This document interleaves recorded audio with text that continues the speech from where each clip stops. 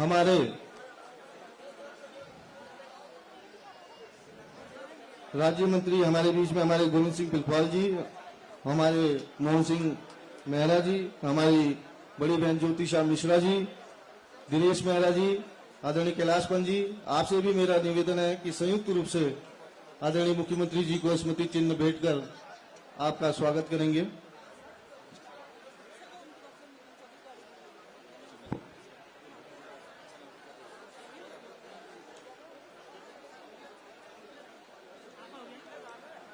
आज के कार्यक्रम में उपस्थित हमारे राज्य मंत्री श्रीमान गोविंद सिंह पिलखवाल जी, हमारे बड़ी बहन ज्योति श्याम मिश्रा जी, मोहन सिंह मेहरा जी, आदरणीय कैलाश पंत जी, आपसे भी मेरा सादर निवेदन है कि आदरणीय हमारी बीच में बहन मेघा शाह जी भी हैं, आपसे भी निवेदन है कि संयुक्त रूप से आपको स्मृति चिन्ह भेंट कर आपका स्वागत करेंगे। हमारे मेघा शाह जी से निवेदन है कि माननीय मुख्यमंत्री जी को ऐपण भेंट कर आपका स्वागत करेंगे। हमारे जिला कार्यकारिणी सदस्य विनोद बजी से भी सादर निवेदन है कि आदरणीय मुख्यमंत्री जी को स्मृति चिन्ह भेंट कर आपका स्वागत करेंगे। हमारे जिले के महामंत्री महेश नयाल जी से भी मेरा सादर निवेदन है।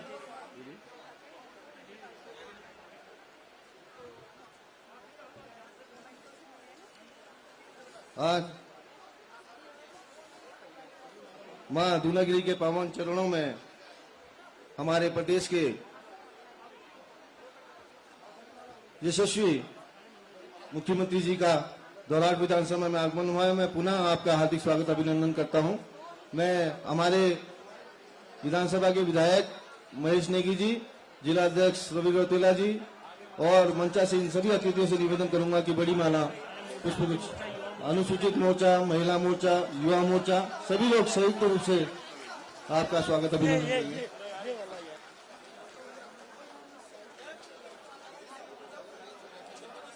और पूरे द्वाराहाट की ओर से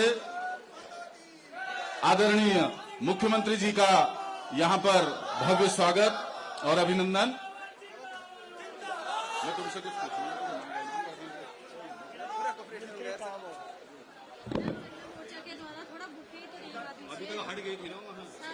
मेरा महिला मोर्चा के जिला पदाधिकारियों से आदरणीय जिला अध्यक्ष जी से अनुरोध है कि आदरणीय मुख्यमंत्री जी को पुष्पगुच्छ देकर स्वागत करने की कृपा करेंगे। महिला मोर्चा के सम्मानित पदाधिकारी, जिला अध्यक्ष, महिला मोर्चा के सभी पदाधिकारियों से मेरा अनुरोध है कि माननीय मुख्यमंत्री जी को पुष्पगुच्छ देकर स्वागत करने की कृपा करेंगे। और मेरे दूसरे सहयोगी महामंत्री प्रेम शर्मा जी से भी अनुरोध है कि पुष्पगुच्छ देकर माननीय मुख्यमंत्री जी का स्वागत करने की कृपा करेंगे।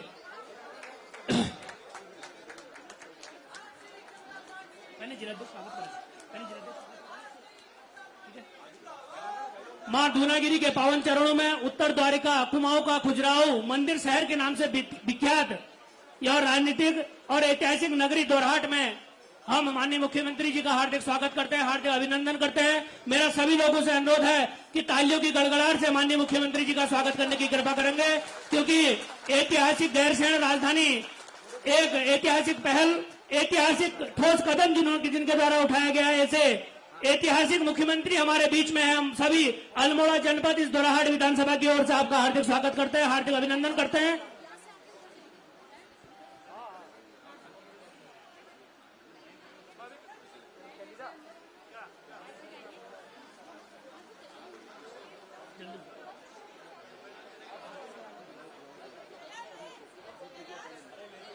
घसियारी जो योजना माननीय मुख्यमंत्री जी द्वारा चलाई गई है, उसके लिए सभी महिला मोर्चा द्वारा आपका धन्यवाद यहाँ पे किया जा रहा है। सभी महिला मोर्चा द्वारा जो घसियारी कल्याण योजना माननीय मुख्यमंत्री जी द्वारा चलाई गई है, मेरा सभी माताओं से, बहनों से अनुरोध है कि तालियों की गड़गड़ाहट से घसियारी कल्याण योजना माननीय मुख्यमंत्री जी का धन्यवाद अदा करने की कृपा करेंगे। हमारे बीच में इस दोराहाट विधानसभा से जिनके द्वारा 92% माननीय मुख्यमंत्री घोषणा पूरी की गई, ऐसे विधायक आदरणीय महेश नेगी जी भी हमारे बीच में। सभी से मेरा अनुरोध है कि तालियों के गड़गड़ाहट से माननीय विधायक जी का स्वागत करने की कृपा करेंगे। हमारे बीच में भारतीय जनता पार्टी के एसएससी जिला अध्यक्ष आदरणीय रवि गौतेला जी, युवा मोर्चा के प्रदेश अध्यक्ष कुंदन लटवाल जी,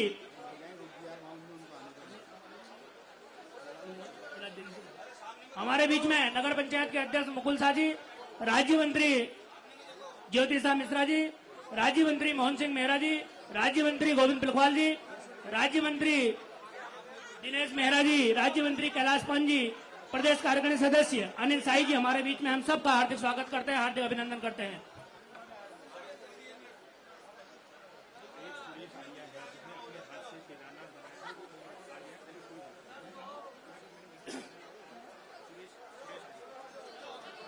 मेरा पुलिस प्रशासन से अनुरोध है कि जो पिछौड़ा वाली महिलाएं हैं प्लीज उनको आप थोड़ा आने दें, क्योंकि वो माननीय मुख्यमंत्री जी को उनके द्वारा घसियारी कल्याण योजना के उसमें धन्यवाद प्रेषित किया जाना है। मेरा पिछौड़ा वाली महिलाओं को प्लीज आने दें।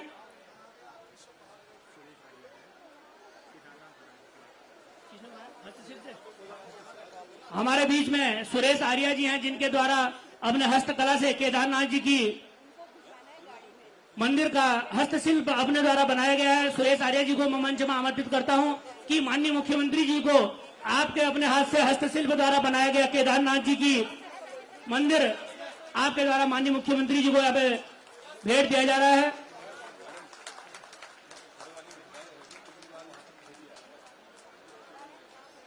सुरेश चंद्र आर्या जी हैं। यहाँ उपस्थित हम सभी मंडलों से आए हुए सभी पदाधिकारियों का, कार्यकर्ताओं का हार्दिक स्वागत करते हैं, हार्दिक अभिनंदन करते हैं। कार्यक्रम को आगे बढ़ाते हुए मैं आदरणीय जिलाध्यक्ष जी से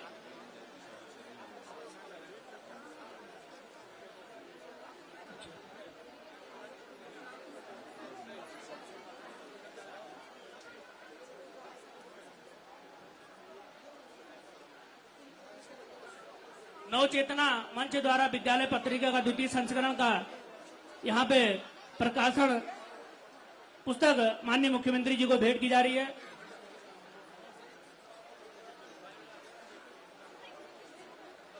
यहाँ पे मेरा जीजीआईसी दोराहट के छात्राओं द्वारा यहाँ पे स्वागत में वंदना प्रस्तुत की जा रही है।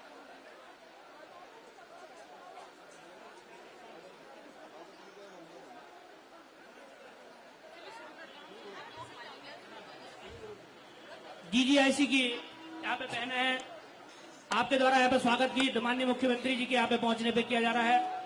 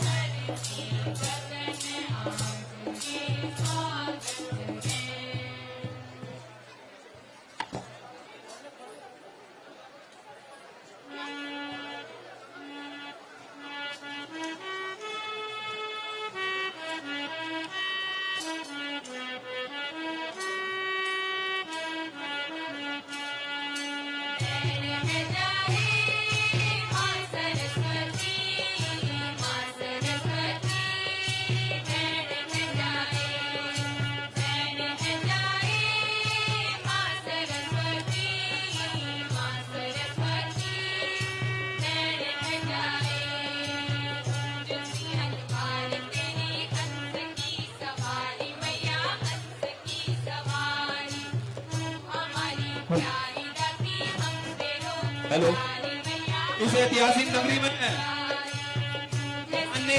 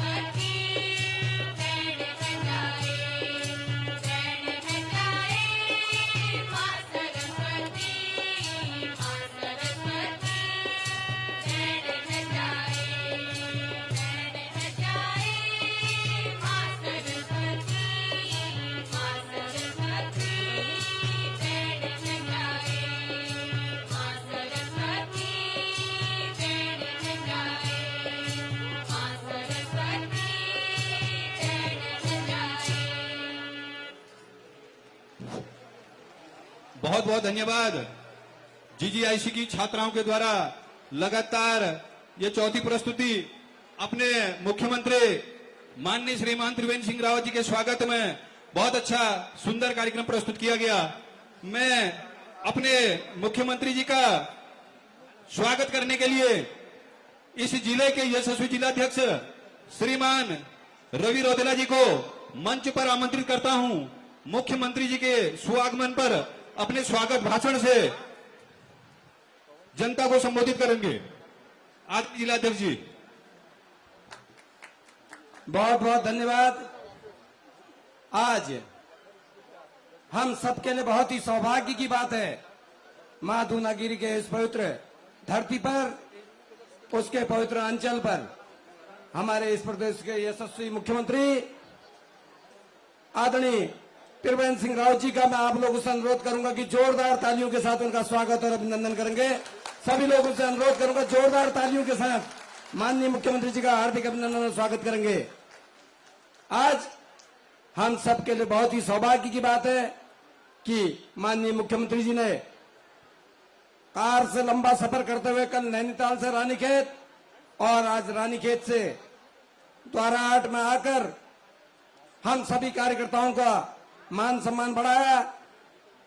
मैं भारतीय जनता पार्टी जनपद अल्मोड़ा की ओर से माननीय मुख्यमंत्री जी का हृदय की गहराई से आभार व्यक्त करता हूं।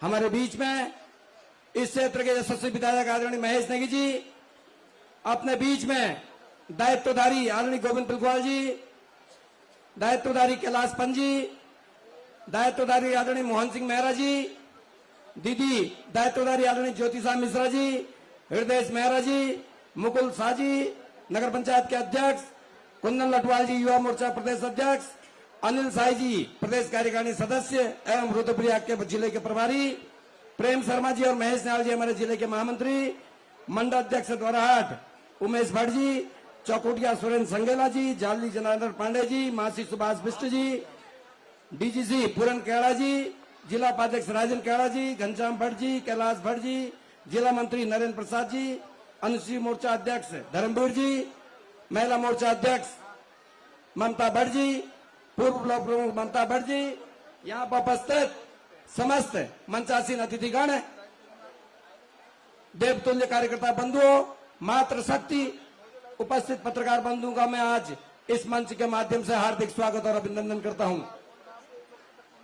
माननीय मुख्यमंत्री जी, मैं हृदय की गहराई से आपको आभार व्यक्त करना चाहूंगा कि आप द्वारा दोराहाट विधानसभा की पूरे प्रदेश में 90% घोषणाएं जितनी आपने अपनी माननीय मुख्यमंत्री जी ने घोषणा की, 90% से ऊपर घोषणाएं आपकी दोराहाट विधानसभा में पूरी हुई। मैं दोराहाट विधानसभा के समस्त कार्यकर्ता बंधुओं से और जनता से निवेदन करूंगा, जोरदार तालियों के साथ माननीय मुख्यमंत्री जी का स्वागत और अभिनंदन करेंगे। माननीय मुख्यमंत्री जी, जिस अवधारणा के साथ यह पहाड़ी राज्य बना, एक अंतरिम सरकार और 4 चुनाव लड़ी हुई सरकार यहां पर बनी, जिस पहाड़ी राज्य की अवधारणा के साथ इस राज्य को दिया गया माननीय अटल बिहारी वाजपेयी जी द्वारा, उस राज्य को संवारने का और सुधारने का काम आपके द्वारा किया जा रहा है। और आप द्वारा पर्वतीय क्षेत्र की जनभावना का ख्याल रखते हुए जिस अपेक्षा के साथ ये पहाड़ी राज्य बना था, उसकी ग्रीष्मकालीन राजधानी गैरसैंण को बनाने का काम आपने किया। मैं हृदय की गहराई से आप सभी से अनुरोध करूंगा कि जोरदार तालियों के साथ पुनः माननीय मुख्यमंत्री जी का स्वागत करेंगे। मित्रों, गैरसैंण को स्थायी राजधानी बनाने के साथ साथ आपने 25,000 करोड़ रुपए इस गैरसैंण के विकास के लिए यहां पर दिए। मैं आशाहीन विश्वास के साथ कह सकता हूं कि जो 25 करोड़ रुपए गैरसैंण के विकास के लिए आपके द्वारा दिए गए, उसका बहुत बड़ा अंश हमारे इस जिले के दोराहाट में, चौखुटिया में, गैरसैंण से लगे हुए क्षेत्र में भी होगा। मैं यहाँ की क्षेत्र की जनता को बहुत बहुत बधाई देता हूं कि हमारे माननीय मुख्यमंत्री जी द्वारा इतनी सराहनीय पहल करते हुए मधुमक्खी के छत्ते में कोई हाथ डालने को तैयार नहीं था, आप द्वारा एक सराहनीय पहल कर गैरसैंण को स्थायी ग्रीष्मकालीन राजधानी बनाने का काम किया। मैं पुनः आपका हार्दिक अभिनंदन और स्वागत करता हूं। माननीय मुख्यमंत्री जी, आपके द्वारा गगास में डैम, तड़ाकताल झील, बिंता में स्टेडियम, चौकुटिया में हवाई पट्टी, पूरे गैरसैंण राजधानी के नजदीक चौकुटिया में हवाई पट्टी, इस क्षेत्र के विकास में मील का पत्थर साबित होगा चौकुटिया का हवाई पट्टी। मित्रों, मैं आपको बताना चाहूंगा कि माननीय मुख्यमंत्री जी की सराहनीय पहल कहीं न कहीं इस क्षेत्र के, इस जिले के विकास में बहुत हमें आगे ले जाएगी। इस हवाई पट्टी के बनने से जहां क्षेत्र में विकास होगा, जहां आवागमन के साधन सुलभ होंगे, वहीं पर्यटन को भी हम इस हवाई पट्टी से कहीं न कहीं पर्यटन को भी जोड़ने का काम करेंगे और उसका लाभ भी हमारी क्षेत्रीय जनता को मिलेगा। मैं माननीय मुख्यमंत्री जी का हृदय से आभार व्यक्त करना चाहता हूं। अभी कुछ दिन पूर्व ही आपने महिला सशक्तिकरण के नाम पर माननीय मोदी जी ने महिलाओं के सर से लकड़ी का गट्ठा रटाया, तो आपने घसियारी योजना चलाकर घास का, और मैं ज्यादा समय नहीं लेते हुए, हम कार्यक्रम की समय सीमा से भी लेट चल रहे हैं, इससे आभार व्यक्त करूंगा कि आपने दोराहाट पर अपनी विशेष कृपा बनाए रखी और हमारे अल्मोड़ा जनपद में आपकी हमेशा कृपा दृष्टि बनी रही। मैं भारतीय जनता पार्टी जनपद अल्मोड़ा की ओर से हृदय की गहराई से आपका धन्यवाद करूंगा। और यहाँ पर उपस्थित जो हमारे हजारों की संख्या में यहाँ जनता है, आप हमारे माननीय मुख्यमंत्री जी के स्वागत के लिए यहाँ पर पहुंचे, हृदय की गहराई से भी आपका स्वागत और अभिनंदन कर कर अपनी वाणी को विराम दूंगा। बहुत बहुत धन्यवाद। धन्यवाद आदरणीय जिलाध्यक्ष महोदय, आपने बहुत अच्छे शब्दों में बहुत अच्छी बात यहाँ पर कही। प्रदेश सरकार के द्वारा लगातार माननीय मुख्यमंत्री जी के द्वारा जो भी जनहित में जो अच्छे काम, विकास के काम किए जा रहे हैं, उनकी रूपरेखा आपने रखी, आपका हार्दिक आभार। इसी क्रम को जारी रखते हुए मैं अपने शासकीय अधिवक्ता श्रीमान पूरन सिंह केड़ा जी और अपने वरिष्ठ भाजपा नेता श्रीमान सदानंद पांडे जी और अपने पूरन संगिला जी, पूर्व मंडल अध्यक्ष, आप तीनों लोगों को जल्द से जल्द मंच पर बुलाकर मुख्यमंत्री जी को बुके आप लोगों के द्वारा दिया जाएगा। कृपया थोड़ा जल्दी आए, सीएम साहब का कार्यक्रम। और इसी के साथ ही मैं मुकुल साजी नगर पंचायत अध्यक्ष को धन्यवाद पत्र देने के लिए और 2 शब्द संक्षिप्त में माननीय मुख्यमंत्री जी का धन्यवाद अदा करने के लिए माननीय नगर पंचायत अध्यक्ष मुकुल शाह जी को आमंत्रित करता हूं।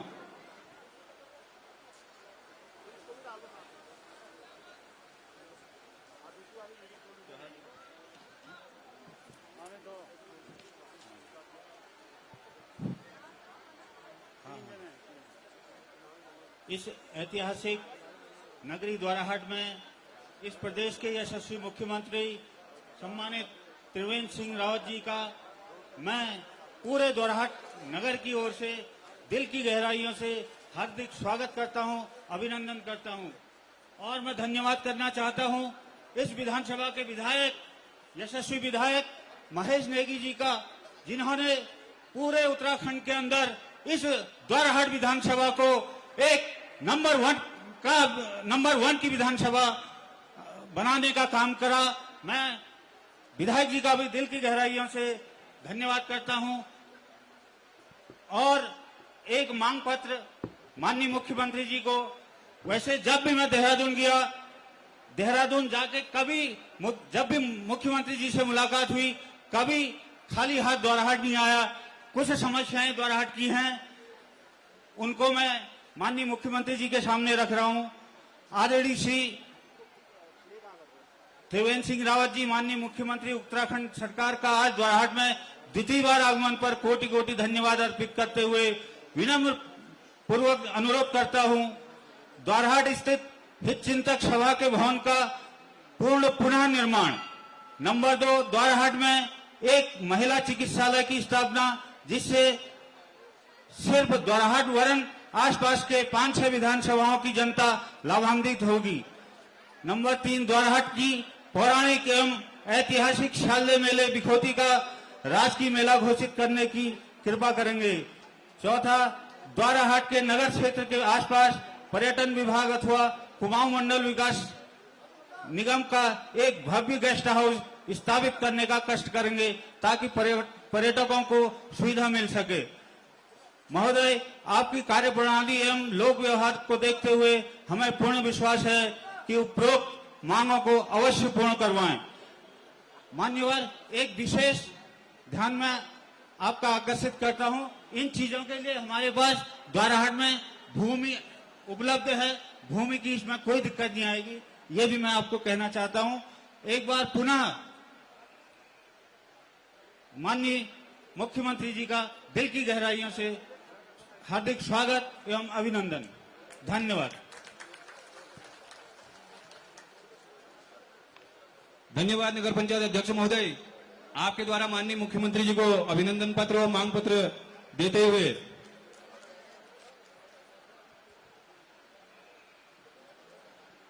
हमारे प्रदेश के यशस्वी मुख्यमंत्री आदरणीय त्रिवेंद्र सिंह रावत जी हमारे बीच में हैं। पूरे द्वाराहाट की जनता आपका सानिध्य पाकर स्वयं को धन्य महसूस कर रही है और मैं अब मंच पर बुलाने जा रहा हूं हमारे द्वाराहाट के यशस्वी कर्मठ और जुझारू विधायक बड़े भाई महेश नेगी जी को, जिनके द्वारा इस पूरे उत्तराखंड में अपनी विधानसभा को विकास कार्यों के मामले में नंबर 1 की पोजीशन पर लाया गया है। मैं चाहूंगा जोरदार तालियों के साथ आप लोग महेश नेगी जी का मंच पर स्वागत करें और मुझे यकीन है कि आने वाले समय में पूरा जो 1 साल आपके पास बचा है, उस पूरे 1 साल में आप विकास कार्यों की यहां पर फिर से झड़ी लगाने वाले हैं। महेश नेगी, महेश नेगी, आदरणीय त्रिवेंद्र सिंह रावत, आदरणीय त्रिवेंद्र सिंह रावत। लीजिए महेश नेगी जी।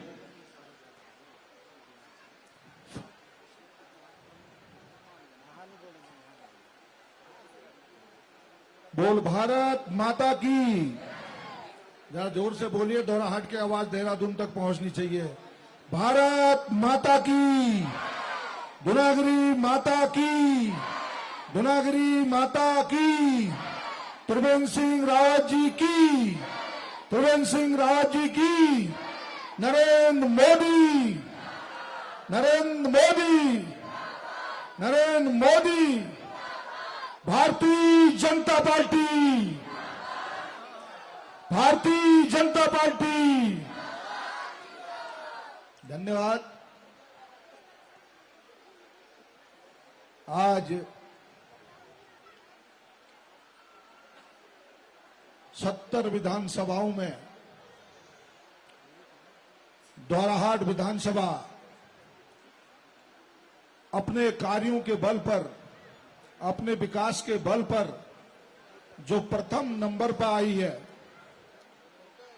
उसके आज जितने भी कार्य इस विधानसभा में हुए हैं, आज जिनके द्वारा इस विधानसभा के अंदर 1000 करोड़ रुपए से ज्यादा रोडों में, सड़कों में, पानी में, बिजली में, सब चीज में खर्च करने का काम किया गया है, जिन्होंने ये 4 साल तक पूरे प्रदेश के अंदर में बड़ी ईमानदारी के साथ सरकार चलाने का काम किया हो, जिन्होंने अपने छोटे भाई की तरह मेरे सर पर हाथ रखकर मुझे इस विकास कार्यों में बराबर सहयोग करने का काम किया हो, आज वो माननीय मुख्यमंत्री जी हमारे बीच में है। आपके सौजन्य से ही क्षेत्र का विकास हुआ है, आपके क्षेत्र, आपके सहयोग से ही जो है आज दोराहाट विधानसभा का सर ऊंचा हो रहा है। मैं आपको समस्त दोराहाट की जनता की तरफ से कोटि कोटि धन्यवाद देना चाहता हूं, कोटि कोटि नमन करना चाहता हूं, प्रणाम करना चाहता हूं। आपको पता होना चाहिए 2017 में जब आपने उत्तराखंड की सबसे बड़ी पंचायत के अंदर में अपने इस बच्चे को, अपने इस भाई को, अपने इस सहयोगी को चुन के भेजने का, लास्ट छोर से आते आते थक के विधायक जी, हमको आते आते कितना टाइम लग गया है। आज इतनी दूर से आने का क्या मकसद है बताइए? इतनी दूर से आने का मकसद यही है कि आप देखना चाहते थे विधानसभा दोराहाट जो प्रथम नंबर विकास में आई वो किन के वजह से आई। आप लोग मुझे श्रेय देते हो, मैं कहता हूं माननीय मुख्यमंत्री जी ने ये काम कराए। अगर आपने ये काम नहीं किए होते तो हम आज कहां पर खड़े होते। मैं पीछे की सरकारों की बात नहीं करना चाहता हूं, किसने विकास किया, किसने क्या किया। मैं इतना जरूर कहना चाहता हूं, जब से मैंने विकास इस क्षेत्र के अंदर में, दोराहाट विधानसभा के अंदर में, जब से मैंने जिन लोगों की पार्टियों को देखा, उन लोगों ने भी विकास किया, लेकिन उन्होंने जो विकास की लाइन खींची, यहां तक खींची, मैंने माननीय मुख्यमंत्री त्रिवेंद्र सिंह रावत जी की वजह से उनके ऊपर खड़े होकर यहां से यहां तक की लाइन खींचने का काम किया। उसका श्रेय भी माननीय मुख्यमंत्री जी को जाता है। मैं इसके लिए भी आपको बहुत बहुत धन्यवाद देना चाहता हूं। हमारे मंच में विराजमान हमारे इस जिले के ओजस्वी, जो लगातार इस क्षेत्र का भ्रमण करके हम लोगों को ऊर्जा देते हैं, हमारे रवि रौतेला जी अध्यक्ष जी हमारे बीच में हैं, हमारे प्रदेश के अध्यक्ष कुंदन लटवाल जी हमारे बीच में हैं, हमारे कैलाश जी हमारे बीच में हैं जो कल राज्य मंत्री बने हैं। कैलाश जी खड़े होकर हाथ जोड़िए, आपका नाम ले रहे हैं। कल ही राज्य मंत्री बने हैं, जोरदार तालियां आप बनाइए इनके लिए। और ये काला मास्क हटा दीजिए, यहाँ हमने सबके काले मास्क नहीं पहनने दे रखा है, किसी को भी आपने पहन दिया है। अनिल साई जी हैं और गोविंद जी हैं हमारे, जिन्होंने पूर्व में जो है हमारा अभिनंदन किया, हम लोगों को आगे बढ़ना सिखाया। और साथ ही साथ हमारी दीदी हमारे बीच में है, आपकी प्रिय है, सबसे बढ़िया है, और ये भी राज्य मंत्री के तौर पर यहां पर बैठी हुई है। इस समय ये महिला आयोग की उपाध्यक्ष के रूप में हमारे बीच में है। हम इनका भी स्वागत करते हैं।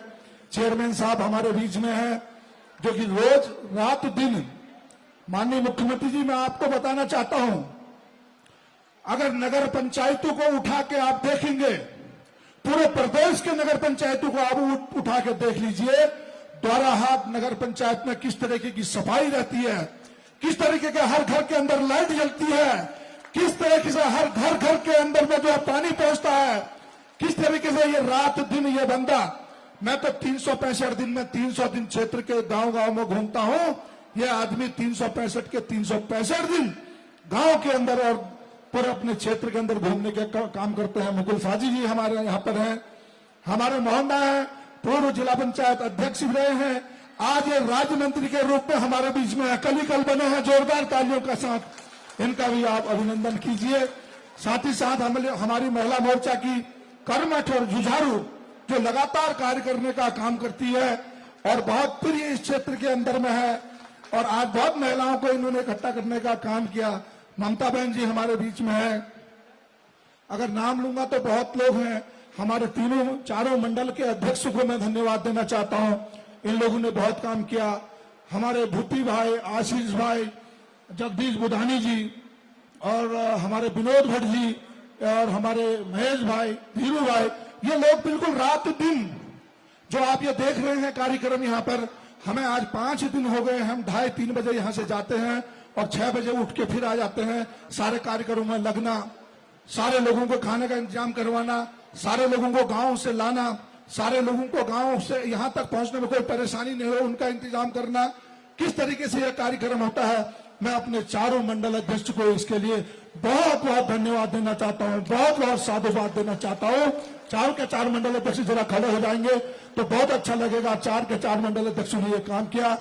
हमारे महामंत्री जी भी यहाँ पर हैं, पांडे जी, उनको भी धन्यवाद। मंच पे आसीन वीआईपी लोग जो हमारे बैठे हैं, पुरंदा हमारे यहाँ पर हैं, हमारे मैनाली जी जो है बहुत पुराने वकील साहब हैं, जायसवाल जी हैं, साजी हैं, हमारे चौधरी साहब हैं और क्या कहते हैं सदानंद पांडे जी हैं, सावित्री कठायत जी हैं और हमारे युवा के अध्यक्ष हैं, हमारे पूर्व अध्यक्ष पंकज जी हैं। बहुत से लोगों का नाम मैं लूंगा तो लेते लेते थक जाऊंगा। सारे चेहरे मेरे जाने पहचाने हैं और इस रो में मैं देख रहा हूं सब उत्तराखंड राज्य आंदोलनकारी लोग यहाँ पर बैठे हैं। मैं आपको भी धन्यवाद देना चाहता हूं। आज ये माइक मेरे हाथ में है तो ये राज्य आंदोलनकारियों की वजह से है। ये भी मैं बताना चाहता हूं, ये राज्य ही नहीं बना होता तो ये माइक हमारे हाथ में नहीं होता। मैं इसके लिए भी आपको धन्यवाद देना चाहता हूं। हमारे स्वतंत्रता संग्राम के अध्यक्ष इस क्षेत्र के, हमारे पूर्व इस क्षेत्र के शेरे उत्तराखंड जिनको कहते थे, हमारे मदन मोहन उपाध्याय जी जो प्रथम विधायक इस क्षेत्र से रहे, उनके लड़के आज हमारे बीच में हैं। उनसे मैंने आग्रह भी किया था, उन्होंने अंदर आना था। सीएम साहब ने कहा था कि अंदर बुला लेना, बात करेंगे उनसे। तो शायद ये बैठे होंगे तो मैं कोशिश करूंगा तो आगे आ जाएं।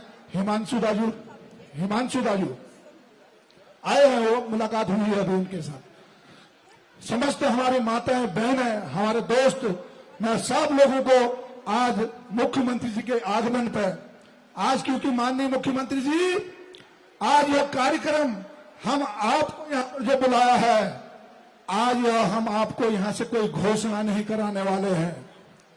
आज हम आपसे कोई डिमांड रखने वाले नहीं है, सारी जनता को पता है।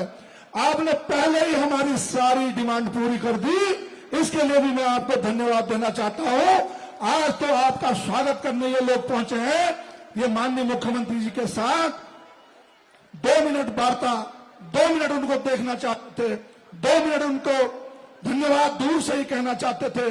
दूर दूर से लोग आए हैं, मुझे पता है इनके दिल में आज कितनी आस्था माननीय मुख्यमंत्री जी के लिए है। मैं दूर से ही माननीय मुख्यमंत्री जी को बताना चाहता हूं कि आप लोग सब लोग धन्यवाद कहने आए हो।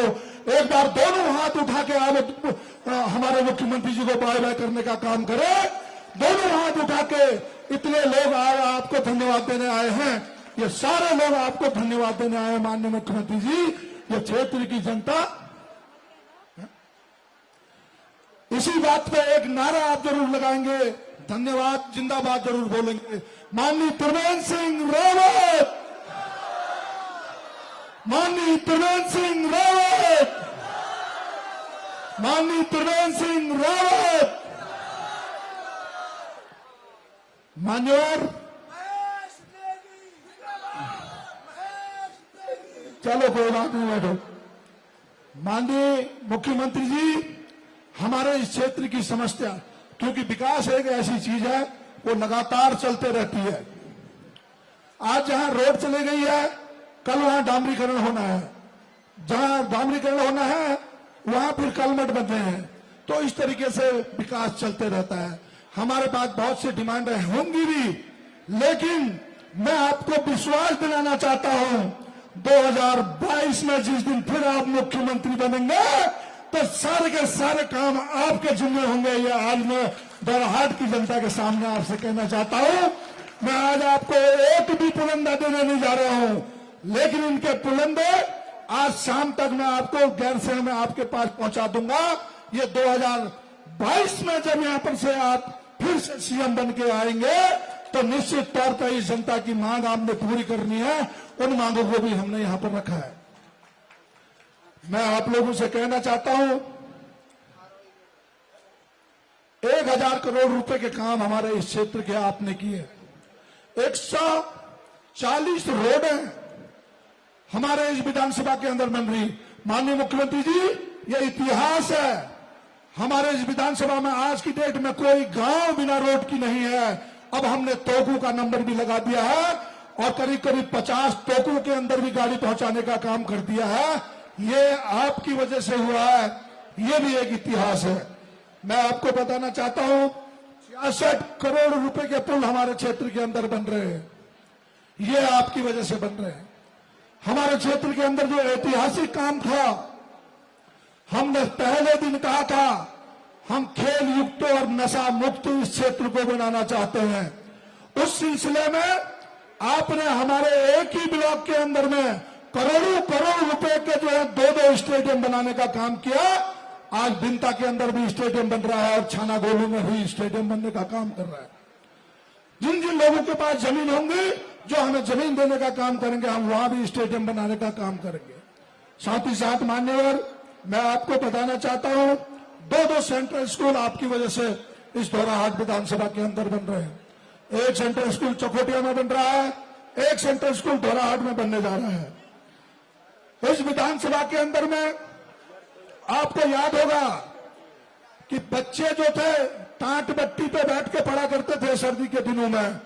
आज माननीय मुख्यमंत्री जी, हमारे विधानसभा के अंदर में प्राइमरी से लेकर इंटर तक के हर स्कूल के अंदर में हमने कुर्सी, मेज और फर्नीचर देने का काम किया है। उसके लिए भी मैं आपको धन्यवाद देना चाहता हूं।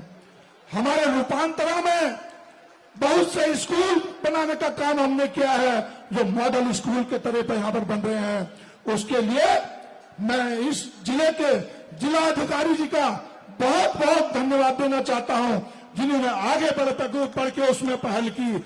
आज इनकी वजह से, जिलाधिकारी जी की वजह से आज ये इतने पॉपुलर इस क्षेत्र के अंदर में है कि जहां लोगों के लिए उसके चारों तरफ से दुकान बनने का काम हो रहा है। अच्छी दुकानें बनने का काम करेंगे उसके चारों तरफ। और जितने बेरोजगार हैं, 1000 बेरोजगारों को वहां पर नौकरी हम दिलाने का काम करेंगे, उनको दुकान देने का काम करेंगे और वो अपनी रोजी रोटी में 2-2, 3-3, 4-4 लोगों को जोड़ेंगे। तो निश्चित तौर पर एक भव्य वहां पर कार्यक्रम बनने का काम वहां पर होगा। आपने हमारी पिछली साल गैरसैंण के अंदर में यह क्षेत्र जो है, ये बरसों से मांग करता था कि उत्तराखंड की राजधानी गैरसैंण में होनी चाहिए।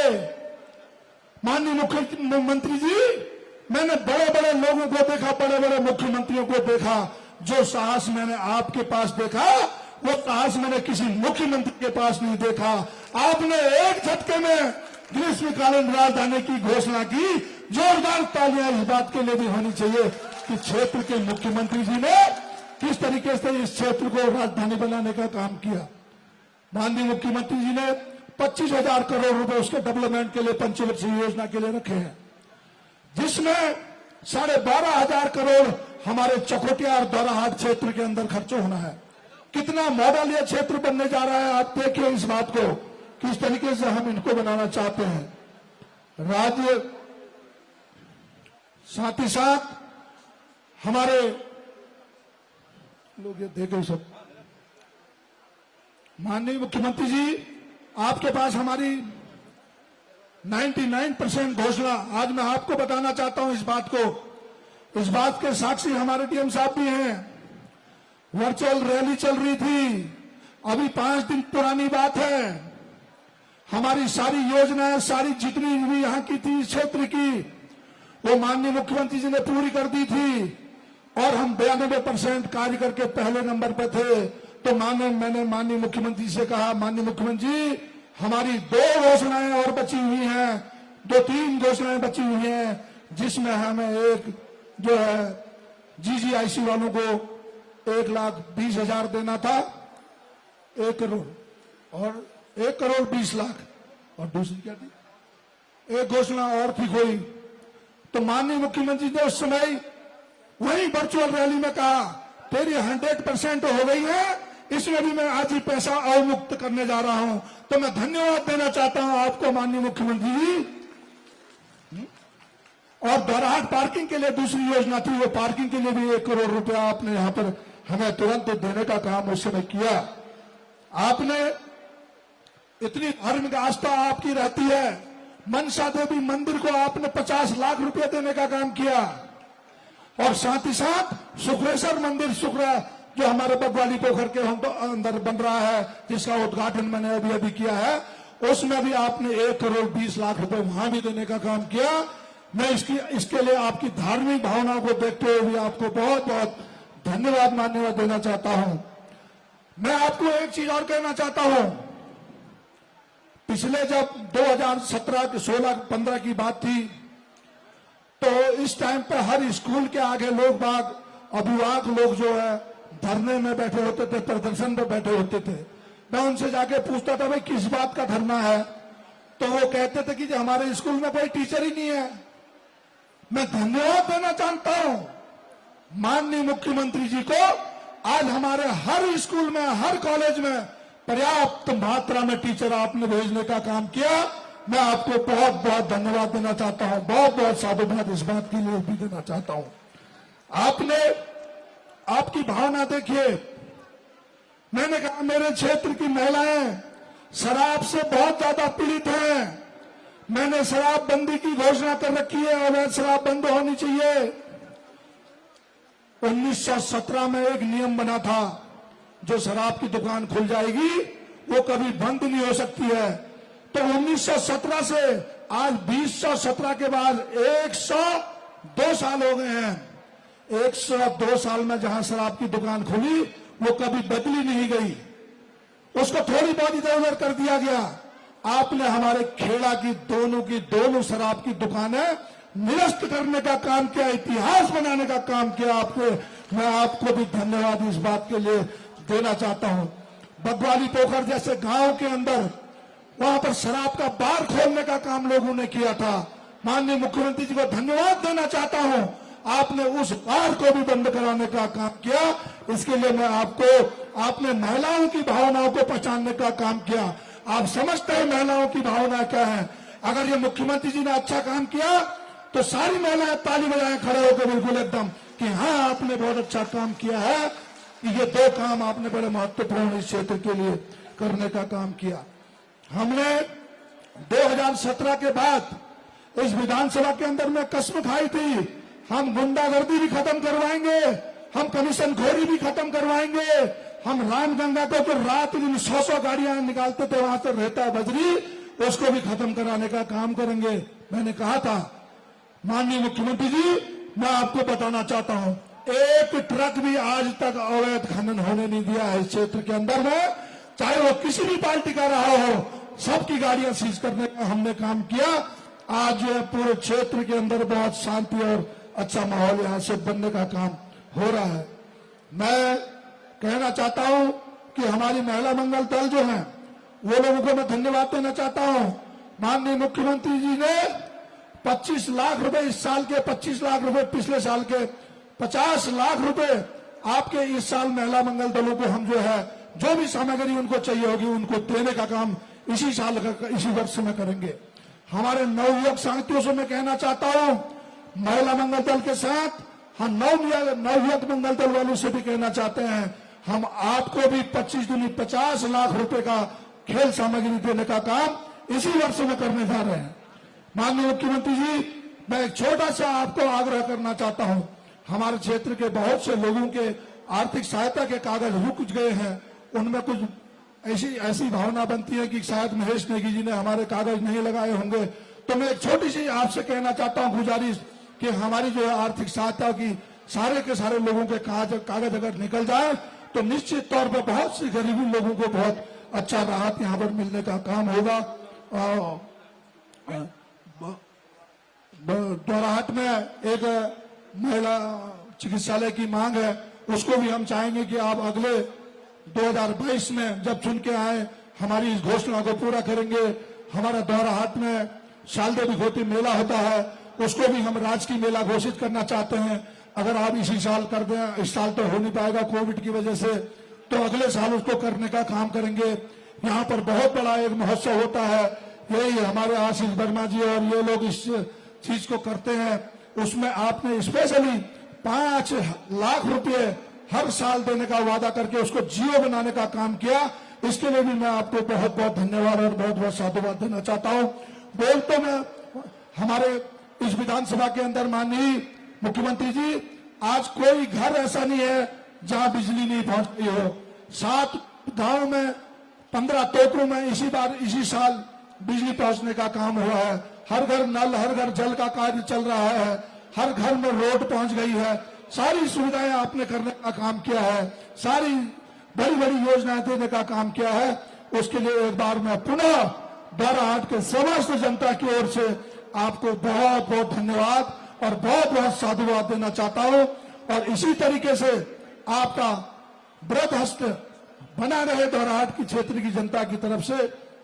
माननीय मुख्यमंत्री जी, विधानसभा दौराहाट 70 विधानसभाओं में पहली विधानसभा ऐसी थी जिसमें कोविड काल के अंदर में हमारे पूरे क्षेत्र में कार्यकर्ताओं ने घर घर जाके काम करने का काम किया। पहली विधानसभा थी जिसका विधायक जो है रात दिन गांव गांव घूमने का काम कर रहा था। हमने 30 लाख रुपए का खाद्य सामग्री अपने हाथों से लोगों को बांटने का काम किया। 60,000 मास्क मैंने अपनी तरफ से बांटने का काम किया। सैनिटाइजर मैंने अपनी तरफ से बांटने का काम किया। मान्यवर, इस क्षेत्र की जनता यहाँ पर बैठी हुई है। अभी तक 1250 1250 लड़कियों की शादी मैं अपने जेब से अपनी तरफ से इस क्षेत्र की जनता की करा चुका हूं, गरीब लोगों की करा चुका हूं। तो मैं इतना कहना चाहता हूं कि जो आर्थिक सहायता हमारी बची है उसको भी आप निकालने का काम करेंगे। मैं सब लोगों से आग्रह करूंगा कि माननीय मुख्यमंत्री जी, आप लोग सब माननीय मुख्यमंत्री जी को सुनने आए हैं, इसलिए जो है खेड़ा के अंदर गणित विषय है, छोटा विषय है, तो कल को करवा देंगे, ऐसे कोई बड़ी बात नहीं है। तो मैं चाहूंगा कि आप लोग मुख्यमंत्री जी को सुनने आए हैं तो मुख्यमंत्री जी का भाषण सुनने के लिए हमारे बीच में नितिन जी हैं।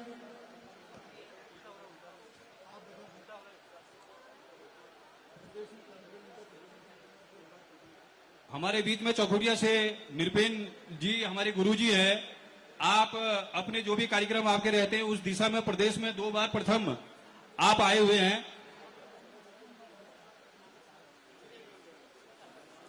बाहर जो छोलिया नृत्य का जो भी कार्यक्रम अभी आप लोगों ने देखा, सभी आप वो सारा कार्यक्रम आप ही के दिशा निर्देश पर समय समय पर हो रहा है।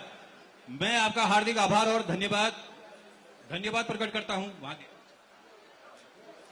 माननीय मुख्यमंत्री महोदय जी को एक ज्ञापन आपके द्वारा दिया जा रहा है और अब इंतजार की घड़ियां खत्म हो गई है। उत्तराखंड के यशस्वी मुख्यमंत्री माननीय त्रिवेंद्र सिंह रावत जी जनता से रूबरू होंगे। समस्त क्षेत्रीय जनता जो मुख्यमंत्री के विचारों को सुनने के लिए आई हुई है, उस जनता का जो इंतजार था वो खत्म हो चुका है। अपने उत्तराखंड प्रदेश के यशस्वी मुख्यमंत्री माननीय त्रिवेंद्र सिंह रावत जी जोरदार जयकारे के साथ मैं उन्हें मंच पर आमंत्रित करना चाहूंगा।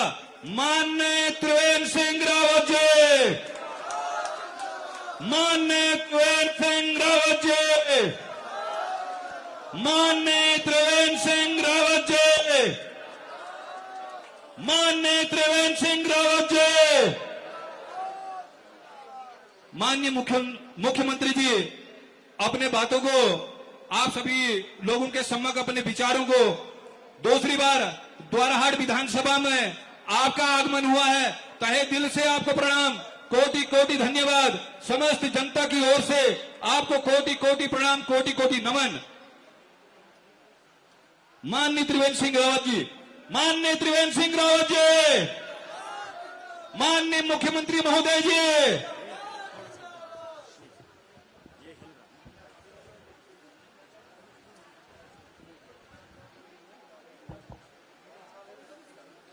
बोले भारत माता की, भारत माता की जय।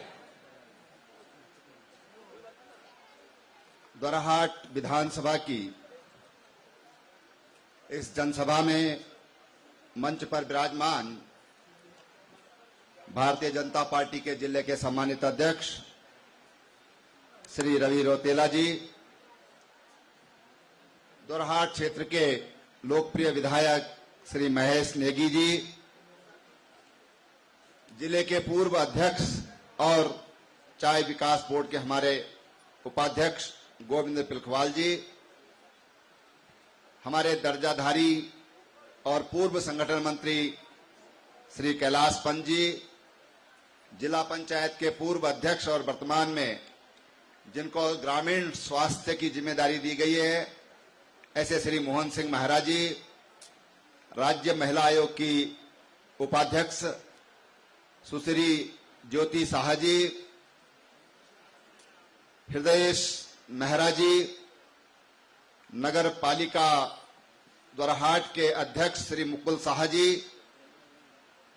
युवा मोर्चे के हमारे प्रदेश के अध्यक्ष कुंदन लटवाल जी, प्रदेश कार्य समिति के सदस्य और रानीखेत जिला के पूर्व अध्यक्ष श्री अनिल शाही जी, जिले के महामंत्री प्रेम शर्मा जी, महेश नयाल जी, हमारे चारों मंडल अध्यक्ष उमेश भट्ट जी, सुरेंद्र संगेला जी, जनार्दन पांडे जी और सुभाष बिष्ट जी, सभी हमारे पार्टी के अन्य पदाधिकारीगण, जिलाधिकारी, हमारे यहाँ के एसपी, हमारे कमिश्नर कुमाऊं हयांकी जी, आईजी रेंज श्री रौतेला जी और इस सभा मंडप में उपस्थित मेरी सभी सम्मानित बहनें, भाइयों, बुजुर्गों और युवा साथियों, पत्रकार मित्रों, मैं आज आप सबने जिस गर्मजोशी के साथ आज यहाँ पर स्वागत किया है प्रदेश के मुख्यमंत्री का, मैं आपका तहे दिल से, मैं हृदय से आपके प्रति अपना आभार प्रकट करता हूं और आपके जोश, आपके उत्साह और आपके अपनत्व से मैं आज बहुत भाव विभोर हूं और निश्चित रूप से मैं आपको ये कह सकता हूं कि आपकी जो भावनाएं हैं उन भावनाओं को मैं बहुत अच्छी तरह समझता हूं, बहुत अच्छी तरह समझता हूं और मैं आपसे वायदा करता हूं कि मैं आपकी भावनाओं का सदैव सम्मान करता रहूंगा, सदैव मैं आपकी भावना का सम्मान करता रहूंगा और राज्य के विकास के लिए कोई कमी मैं नहीं रहने दूंगा। ये भी मैं आज दोराहाट की पवित्र भूमि से संकल्प लेता हूं। बहनों भाइयों,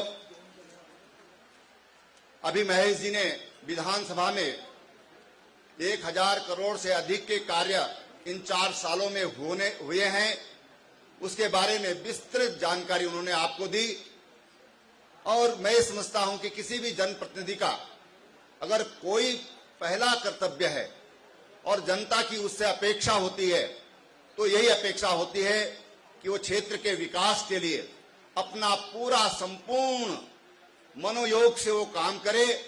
और लेकिन मैं आपको ये बताना चाहता हूं कि हम इस राज्य में जो भ्रष्टाचार सिस्टम का हिस्सा बन गया है, जिसने सिस्टम को करप्ट करने का काम किया है, उस सिस्टम को, उस करप्ट सिस्टम को हमने तोड़ने का प्रयास किया है। और मैं आज ये कह सकता हूं इन 4 सालों में कि हमने आज माफिया मुक्त उत्तराखंड के सचिवालय को करने का काम आज हमने किया है। किसी की हिम्मत नहीं हो सकती है कि सचिवालय के अंदर कोई माफिया घुस जाए। आज हमने उसने तोड़ने का काम किया और जो संकल्प हमने 2017 के चुनाव में लिया था कि हम एक भ्रष्टाचार मुक्त और विकासोन्मुखी, जो सबके विकास की जो चिंता करे, ऐसी सरकार देंगे, उस दिशा में हमने बहुत तेजी से प्रयास किया है और हम आगे बढ़े हैं।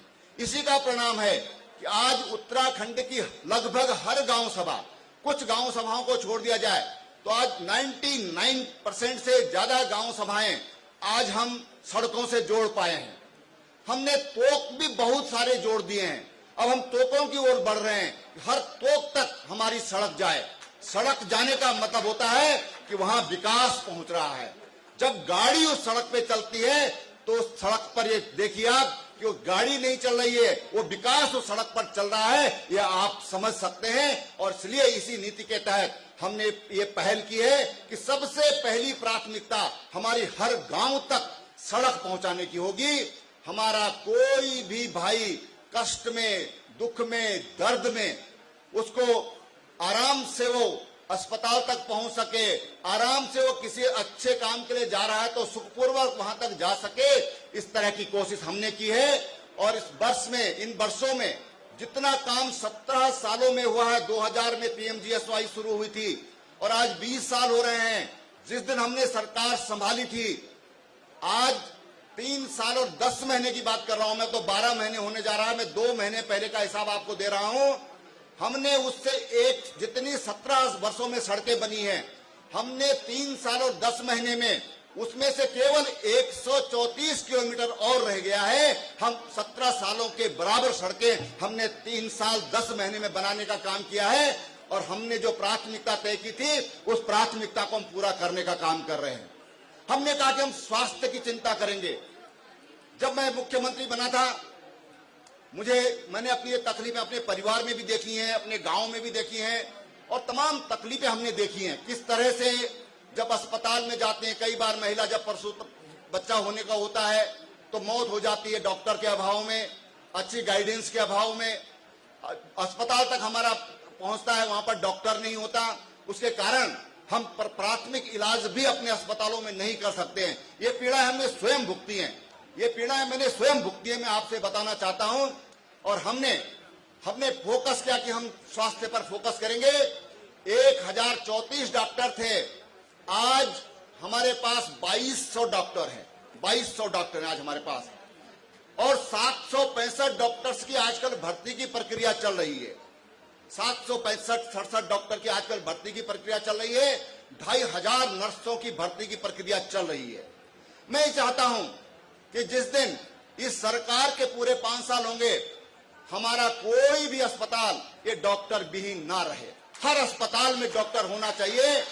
इस संकल्प के साथ हमने काम की शुरुआत करी थी और 17 सालों में जितने डॉक्टर थे, मैं आपको आज फिर यहां पर कहना चाहता हूं कि 17 सालों में जितने डॉक्टर हमने भेजे, 5 साल में हम उससे ज्यादा डॉक्टर भेजकर दिखाएंगे।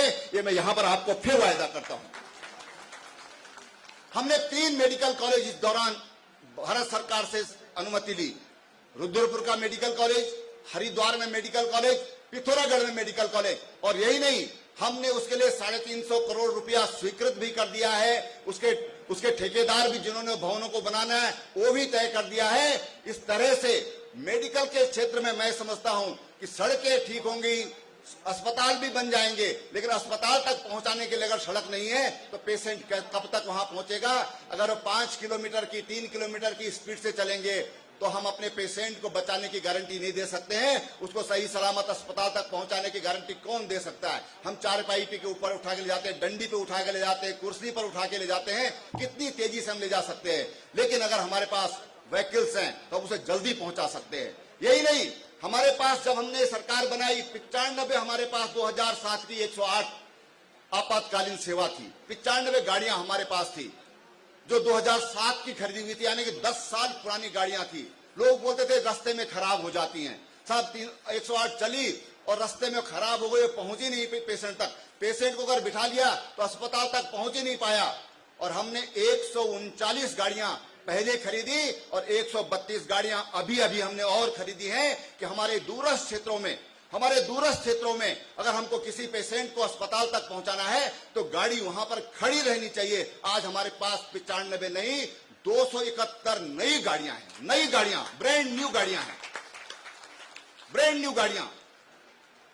इन गाड़ियों में 40 गाड़ियां ऐसी हैं जो वेंटिलेटर की जिसमें सुविधा है, यानी कि सांस निकल रही है, सांस लेने में तकलीफ हो रही है, उस गाड़ी में वेंटिलेटर होगा और वेंटिलेटर से हम उसको सुरक्षित अस्पताल तक पहुंचा सकेंगे।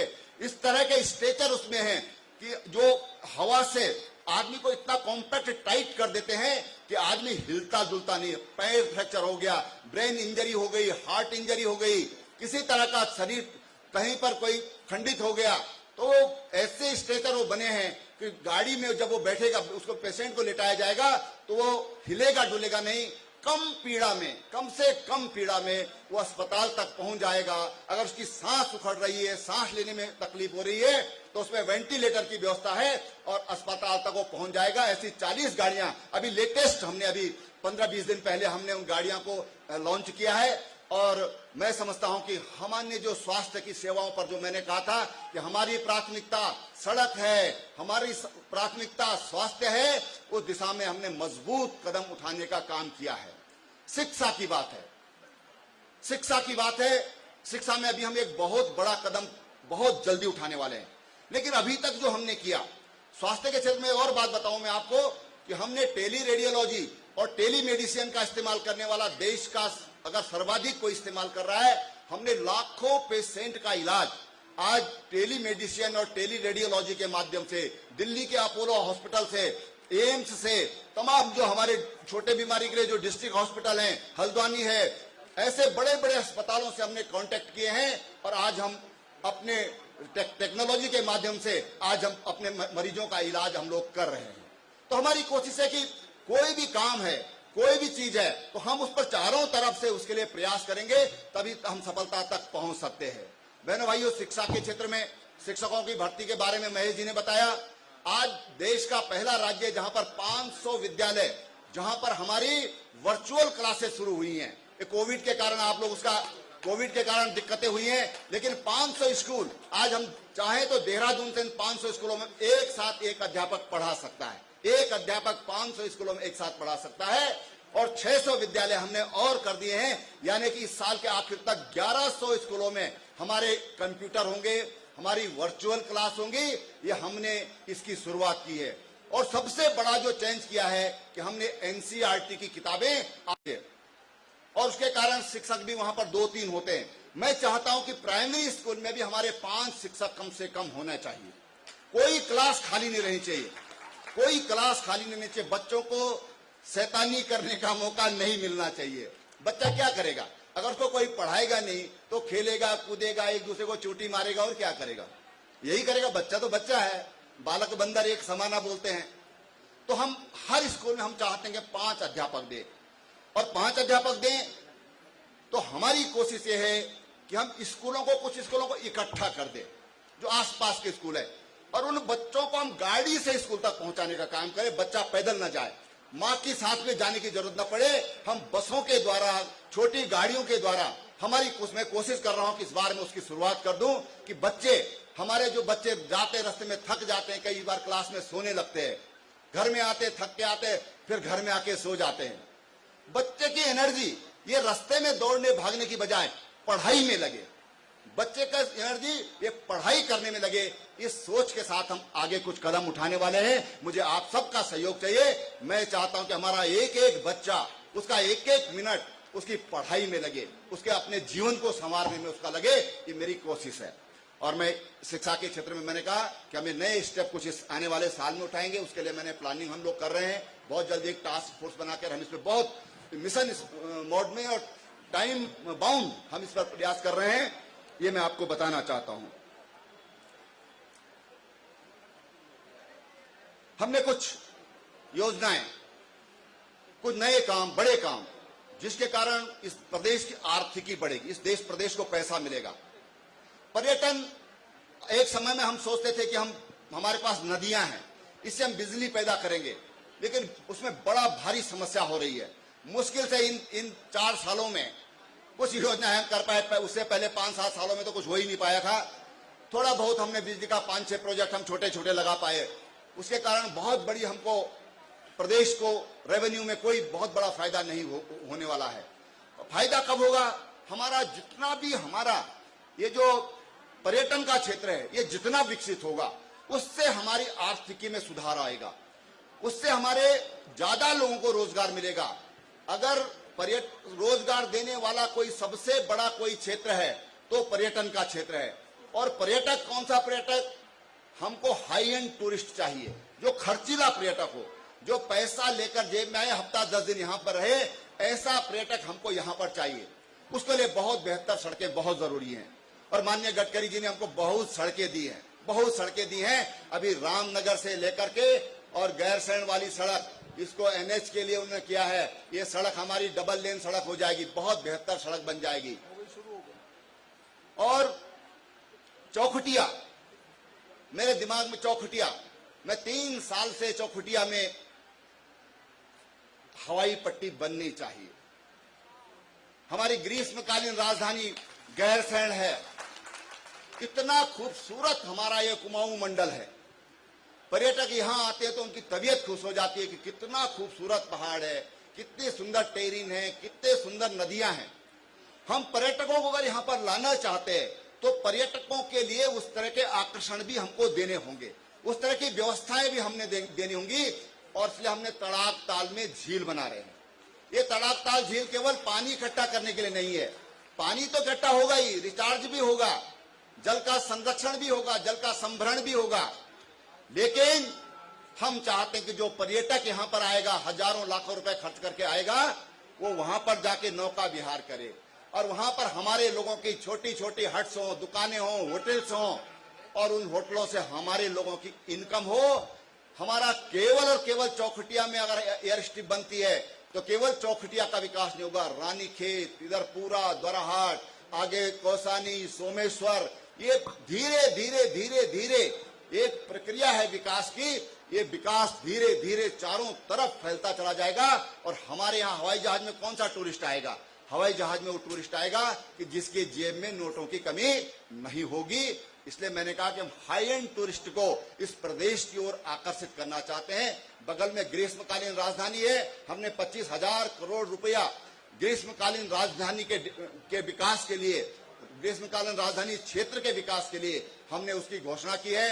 उस पर हम इस बार हमने 110 करोड़ रुपए से गैरसैंण में एक बड़ी झील बना रहे हैं ताकि वहां के लिए जो पानी की आवश्यकता है वो पूरी हो सके। वहां पर डिस्ट्रिक्ट लेवल का एक हॉस्पिटल हमने स्वीकृत कर दिया है, उसको पैसा भी दे दिया है, उस पर काम चालू हो गया है। वहां पर एक सेंटर ऑफ एक्सीलेंस, एक हमने वहां पर उसका काम हमारा चालू हो गया है। हम तमाम तरह की ऐसे हर क्षेत्र में वहां पर चाहते हैं कि वहां पर अच्छे स्कूल जाएं, अच्छे अस्पताल जाएं। हम वहां पर इसकी हमने शुरुआत की है। अभी भूमि देख रहे हैं कि कोई भूमि वहां पर मिल जाए तो उस भूमि पर हम आगे के लिए जो सेक्रेटरीट बनाना है और तमाम तरह के पुलिस के लिए हमको वहां पर बनाना पड़ेगा, पीएससी के लिए बनाना पड़ेगा, जो स्टाफ वहां पर रहेगा उसके लिए बनाना होगा। उसके लिए हम भूमि का चयन हम लोग कर रहे हैं, उस तरफ हमारा ध्यान चल रहा है, उस पर हम बहुत तेजी से काम करेंगे। दो बातें और कहकर, दो तीन बातें और कहकर के मैं अपनी बात समाप्त करूंगा। हमारा बहुत एक पवित्र त्योहार है हरेला। हरेला और हरेला हमारे परिवार को इकट्ठा करने वाला भी है, हमारे संस्कारों को भी मजबूत करने वाला है।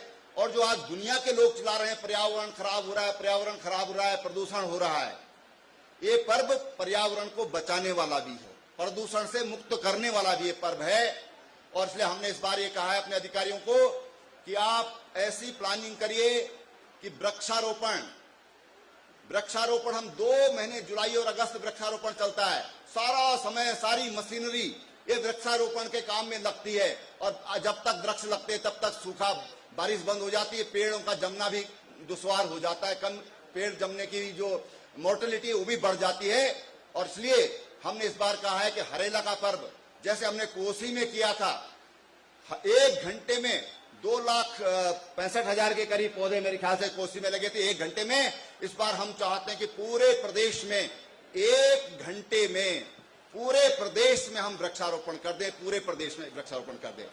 ये हरेला के पर्व पर हमारे यहाँ मान्यता है कि हरेला का दिन जो पौधा लगता है वो मरता नहीं है, वो जिंदा रहता है, वो हरा रहता है, वो कभी भी सूखता नहीं है।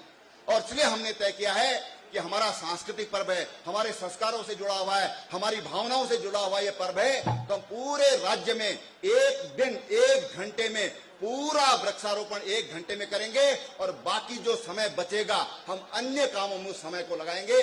आप सबका सहयोग मिलेगा। हमने सार्वजनिक अवकाश घोषित किया, 1 साल पहले कर दिया।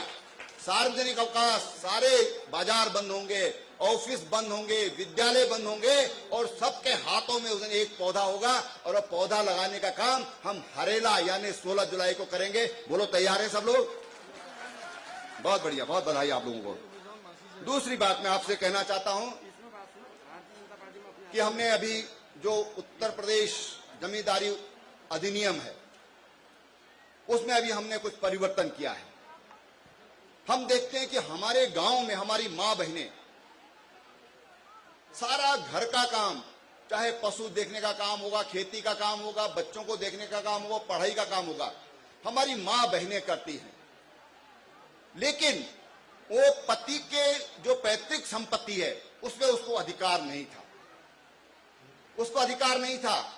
इसके कारण अगर वो बैंक से कोई लोन लेना चाहती है तो बैंक में प्रॉपर्टी मॉर्गेज कर नहीं सकती और इसके कारण वो कोई काम नहीं कर सकती थी, बैंक से ऋण नहीं ले सकती थी। और हम सब जानते हैं कि कोई भी बड़ा काम अगर सरकार भी अगर हजारों करोड़ रुपए की सड़कें बना रही है तो ये भी हम विश्व बैंक से, एशियन डेवलपमेंट बैंक से, तमाम बैंकों से कर्जा लेते हैं और तब ये सड़कें हम बनाते हैं। कोई भी काम अगर हम करना चाहते हैं तो हमको बैंक की और फाइनेंशियल सपोर्ट बहुत जरूरी है।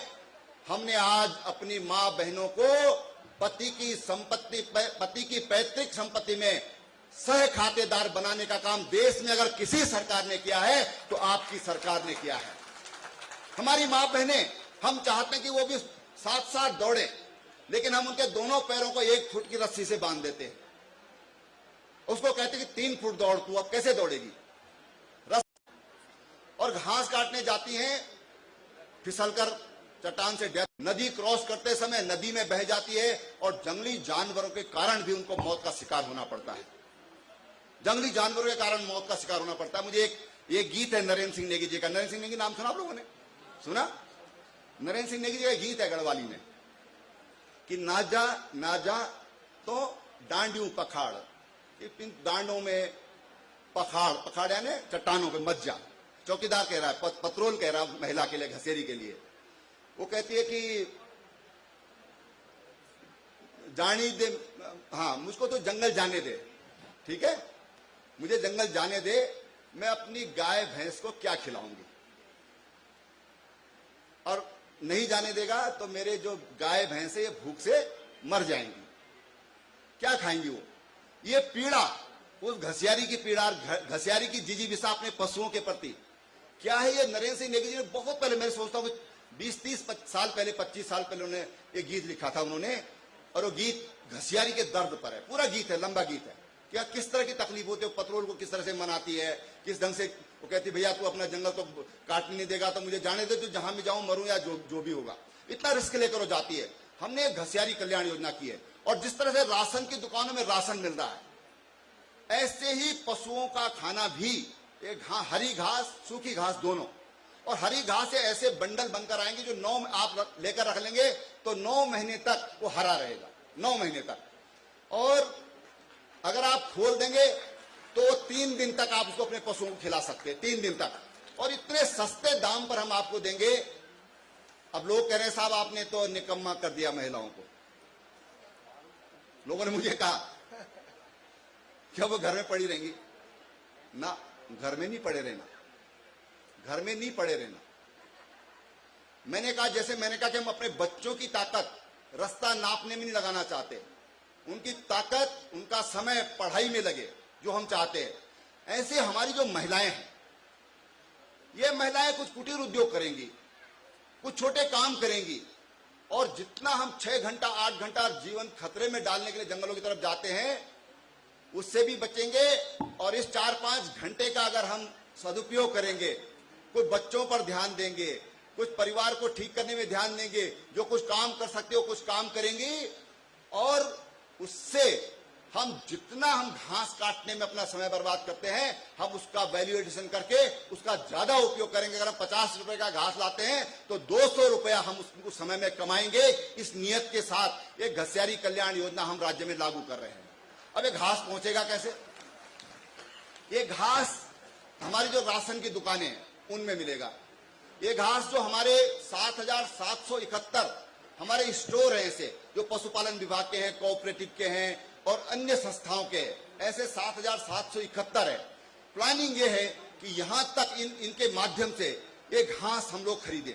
इससे क्या होगा कि हमारे गांव में घर में दूध, इससे जो गाय का दूध है उसमें भी 10 से 15% की बढ़ोतरी होगी, क्योंकि ये खाना जो होगा ये पौष्टिक खाना होगा।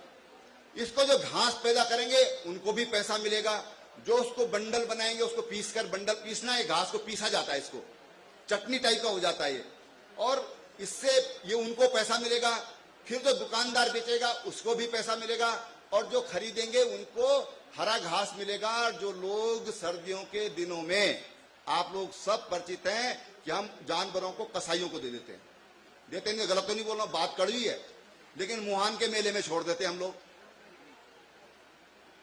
काय के लिए छोड़ते हैं भाई? वो पालते हैं क्या उनको ले जाकर के? जो ले जाते हैं वहां से सबको पता है काय के लिए ले जाते हो। अब हमारे पशु इस तरह से नहीं मरेंगे और ये सस्ते घास से हम अच्छा दूध का उत्पादन करेंगे। हमारे बच्चे उस दूध को पिएंगे। हम लोग पहले डॉक्टर बोलते थे बुढ़ापे में दूध पीने की जरूरत नहीं है। आज सब डॉक्टर कह रहे हैं जो हड्डियों में दर्द हो रहा है ना, दूध पियो तभी ठीक होगा। दूध नहीं पिया होगा इसलिए हो रहा होगा। हम उससे हमारा स्वास्थ्य ठीक होगा। हम उस दूध को मार्केट में बेच सकते हैं। और जो हमारी पहाड़ी गाय है, इसका नाम है बद्री गाय, इसका घी आज चंपावत में जाइएगा आप कभी, हेथा एक कंपनी है दिल्ली की, वो आज 4100 से 5000 रुपए किलो गाय का घी बेच रही है। ये मिल्क, ये दूध जो हमारी गाय का है, ये सब गायों में ये दूध नहीं है। और इसलिए हम इस समय का इस्तेमाल गायों का दूध बढ़ाने में, अच्छा दूध हमको मिले, हमारे बच्चों को अच्छा दूध मिलेगा, हमारा स्वास्थ्य ठीक रहेगा और हमको उससे पैसा भी मिलेगा। इसलिए घसियारी कल्याण योजना हम राज्य में लागू कर रहे हैं। इस बार मैं अच्छा खासा पैसा उसमें रख रहा हूं। आप लोगों ने अगर अपनाया तो और इसको आगे बढ़ाएंगे। लेकिन मैं ये चाहता हूं कि मेरी कोई माँ बहन घास काटने जाए और इस ढंग से न मरे, अकाल मृत्यु न मरे। दूसरी चीज, हमारी नई बेटियां हैं, जो बच्चियां सब पढ़ लिख रही हैं, इनसे क्या घास कटवाना चाहते हैं हम? बोलो, इनको दूध प्लास्टिक की थैली का दूध पिलाना चाहते हैं क्या हम? नहीं, ये बच्चों को हमको असली दूध चाहिए। और ये बच्चियां बिल्कुल हम नहीं चाहते कि हमारी बुजुर्गों ने घास काटा, मेरी माँ ने घास काटा, मेरे घर में खूब काटा है। लेकिन हम नहीं चाहते कि हमारी नई पीढ़ी इसके सिर पे घास का बोझा रहे। और इस घास के बोझे को हटाने के लिए एक घसियारी कल्याण योजना ये अपना काम करेगी। और मुझे विश्वास है कि आने वाले 6-7 साल लगेंगे। अभी 6-7 साल सबको नहीं हो पाएगा, लेकिन 5-6 सालों में हम इसको घास भी बुआएंगे खेतों में। और इसको भी हम ये भी करेंगे पैरेलल, हम 2-3 तरह से इसकी व्यवस्था करेंगे ताकि ये घास की गड्डी और जो बेमौत मरते हैं, इस मौत से हम मुक्ति दिला सके। उसके लिए हम घसियारी कल्याण योजना हम राज्य में लागू कर रहे हैं। 2 बातें और कहकर अपनी बात समाप्त करूंगा। मुझे यहाँ पर अर्पण भेंट किया वो बहन बेटी ने हमारी, वो सुन भी नहीं सकती, बोल भी नहीं सकती। और अभी अल्मोड़ा में जब मैं आया था तो वहां पर काफी मैंने अर्पण की बहुत अच्छी प्रशंसा। कुमाऊं के भाई बहनों पर अपनी मैं बहुत बधाई दूंगा कि इस कला को आपने जिंदा रखा है, इस कला को जिंदा रखा है। और मैं 5 करोड़ रुपया हमारे जो अर्पण बनाते हैं, हमारे जो लकड़ी से जो कारीगरी करके एक यहाँ पर केदारनाथ जी का मंदिर दिया, हमारे यहाँ तांबे का काम करने वाले लोग हैं, ये जो हमारा सिसौन बोलते हैं, कंडाली बोलते हैं, गढ़वाल में यहाँ सिसौन बोलते हैं, सिसौन से जो धागा बनाकर उसे जो कपड़े बनाने का काम कर रहे हैं, ऐसे जो हमारे लोकल प्रोडक्ट हैं, लोकल जो हमारे जंगलों में पैदा होते हैं, अपने खेतों में पैदा होते हैं, उन चीजों के लिए 5 करोड़ रुपया मैं दूंगा अगले साल में। और उससे हम इन कलाओं को अपनी संरक्षित करेंगे, इनको आगे बढ़ाने का काम करेंगे। और इसके साथ ही देहरादून में भव्य एम्पोरियम, ये जो प्रोडक्ट जो होंगे बनाएंगे गांव में, बेचेंगे कहां? बना दिया, बिकेंगे नहीं तो कितना घर में लगाओगे भाई, कितना दान करोगे? नहीं। इसके लिए देहरादून में बड़ा राजधानी है प्रदेश की, देश विदेश के लोग आते हैं और वो चाहते हैं। जब मैं अभी दिल्ली गया था, मैंने प्रधानमंत्री जी को अर्पण भेंट किया, मैंने राष्ट्रीय अध्यक्ष को अर्पण भेंट किया, गृह मंत्री जी को किया, गडकरी जी को किया, राजनाथ सिंह जी को किया, पीयूष गोयल को किया, रविशंकर प्रसाद जी को किया, हरदीप पुरी को किया। ऐसे 8 लोगों को, 8 नहीं 10 हो गए, 10 लोगों को मैंने अर्पण भेंट किया। और इतने प्रसन्न हुए जब प्रधानमंत्री जी को मैंने दिया। सब लोगों ने कहा कि ये क्या चीज है? मैंने कहा ये हमारे यहाँ की कला है, आर्ट है, हमारी महिलाएं इसको बनाती हैं जब कोई भी मांगलिक कार्य होता है। और प्रसन्न होकर के गडकरी जी ने कहा कि भाई, उनका फोन आया मुझे फिर परसों कि रावत जी इसके लिए जो सपोर्ट चाहिए हम इसके लिए सपोर्ट करेंगे। हमारा अर्पण ये हमारे घर तक नहीं रहेगा, इसको हम देश नहीं दुनिया तक पहुंचाने का काम करेंगे। और उसके लिए भव्य एम्पोरियम हम देहरादून में बनाएंगे, पैसा जितना भी लगे। लेकिन हमारे जितने भी ऐसे हस्तशिल्पी हैं, जो भी हमारे आर्टिजन्स हैं, जो हमारे कलाकार हैं, कारीगर हैं, उनके उत्पाद के लिए हम एक बड़ा पॉइंट वहां पर बनाएंगे ताकि जो भी आप लोग बनाएंगे उसको हम मार्केटिंग उसकी हो सके और आपको अच्छा मूल्य मिल सके। उसके लिए हम देहरादून में एक एम्पोरियम बनाएंगे। साथ ही यहाँ पर ये एमएससी की बात विधायक जी ने की, वैसे तो पहले कह रहा था, बहुत चालू आदमी है, कह रहा था कि मैं कोई डिमांड नहीं करूंगा। आज तो मैं धन्यवाद कर रहा हूं और आखिर में फिर अपने पे आ गया। और जब सोचा कि ये गड़बड़ कर देगा तो फिर पर्ची लेके यहाँ पर पहुंच गया। अब देख लो आप कैसे काम होते, काम ऐसे ही होते, वैसे ऐसे ही लगना पड़ता है काम के लिए। तो मैं आपको आश्वस्त करता हूं, मैंने पहले भी कहा कि जो भी काम हो सकते हैं मैं वो काम करूंगा। देखो सबसे बड़ी चीज क्या है कि हम डॉक्टर हमारे पास कितने हैं। बिल्डिंग बनाने से डॉक्टर नहीं आए होगा, इलाज नहीं होगा। इलाज कब होगा? जब वहां पर डॉक्टर होगा। हम बोलते साहब एक्सरे मशीन लगा दो, एक्सरे मशीन लगा देंगे। मशीन कोई बड़ी चीज नहीं है, कोई बड़ी चीज नहीं है, आराम से लग जाएगी, पर एक्सरे देखने वाला भी तो चाहिए। इन कमियों को हमने जो दूर करने का काम कर रहे हैं, उनके लिए हम भर्ती करने का काम कर रहे हैं। ये डॉक्टर्स हमारे पास आ जाएंगे तो ये सब चीजें अपने आप आ जाएंगी। और मैं आप बताऊं, जिस दिन मैं मुख्यमंत्री बना था, हमारी 50% जो डिलीवरी होती थी अस्पतालों में होती थी, 50% केवल। हमने प्रयास किया 71% से ज्यादा हमारी जो इंस्टीट्यूशनल डिलीवरी आज हमारी हो रही है, 71%। और हम ये चाहते हैं कि डिलीवरी हमारी 90% तक अस्पतालों में हो, ताकि जच्चा बच्चा का जीवन ये सुरक्षित रह सके। इसलिए हम डॉक्टर्स की भर्ती कर रहे हैं, नर्सों की भर्ती कर रहे हैं, मोबाइल आपातकालीन सेवा हम ला रहे हैं, तमाम तरह की रेडियोलॉजी, टेली रेडियोलॉजी, तमाम तरह के उपयोग हम अपने स्वास्थ्य में सुधार लाने के लिए कर रहे हैं। आपको एक बार फिर आपने जोरदार अभिनंदन यहाँ पर किया, मैं आपको फिर बहुत बहुत बधाई और बहुत बहुत शुभकामनाएं देता हूँ। और आपको बहुत जल्दी हम चौखुटिया में हवाई पट्टी की सौगात देंगे, उसके लिए मैं आपको बहुत शुभकामनाएं देता हूँ। भारत माता की। माननीय मुख्यमंत्री त्रिवेंद्र सिंह रावत जी महोदय से निवेदन है, माननीय मुख्यमंत्री जी से निवेदन है कि भारतीय जनता पार्टी में अपनी आस्था व्यक्त करते हुए और आपके द्वारहाट आगमन को देखते हुए हमारे कुछ युवा साथियों ने भारतीय जनता पार्टी की सदस्यता लेने का निर्णय लिया है। महोदय आपसे निवेदन है, जिसमें अभिषेक चौधरी,